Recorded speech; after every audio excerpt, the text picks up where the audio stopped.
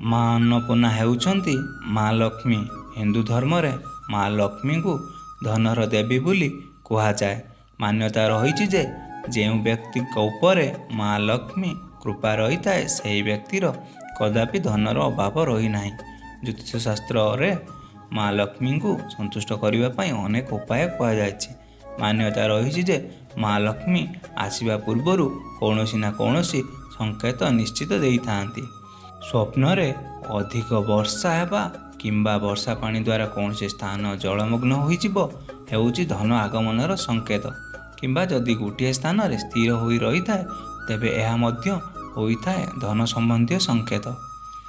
ସ୍ୱପ୍ନଶାସ୍ତ୍ର ଅନୁସାରେ ଯଦି ଆପଣ ସ୍ୱପ୍ନରେ ନାଲି କିମ୍ବା ହଳଦିଆ ପୁଷ୍ପ ଦେଖୁଛନ୍ତି ତେବେ ଏହା ଧନ ଲାଭର ଶୁଭ ସଂକେତ ଅଟେ। ଏମିତିରେ କହିବାକୁ ହଳଦିଆ ଓ ନାଲି ରଙ୍ଗ ଦୁଇଟିକୁ ଶୁଭ ରଙ୍ଗ ଭାବେ ଗଣନା କରାଯାଇଥାଏ। ଏମିତିରେ ମଧ୍ୟ ସମସ୍ତ ଫୁଲର ମିଶ୍ରଣ ମଧ୍ୟ ଖୁବ୍ ଶୁଭ ଅଟେ।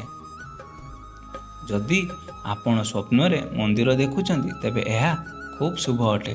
ଏହି ସ୍ୱପ୍ନର ଅର୍ଥ ଭଗବାନ କୁବେର ଆପଣଙ୍କ ଉପରେ ପ୍ରସନ୍ନ ଅଟନ୍ତି ଓ ଆପଣଙ୍କ ଉପରେ ଧନବୃଷ୍ଟି ସମ୍ଭାବନା ରହିଛି। ନାଲି ରଙ୍ଗଟିଏ ଶୁଭର ପ୍ରତୀକ ଭାବେ ଗ୍ରହଣ କରାଯାଇଛି। ଯଦି ଆପଣ କୌଣସି ସଧବା ନାରୀକୁ ଦେଖୁଛନ୍ତି ତେବେ ତାହା ଲକ୍ଷ୍ମୀଙ୍କ ଆଗମନର ସଂକେତ ଅଟେ।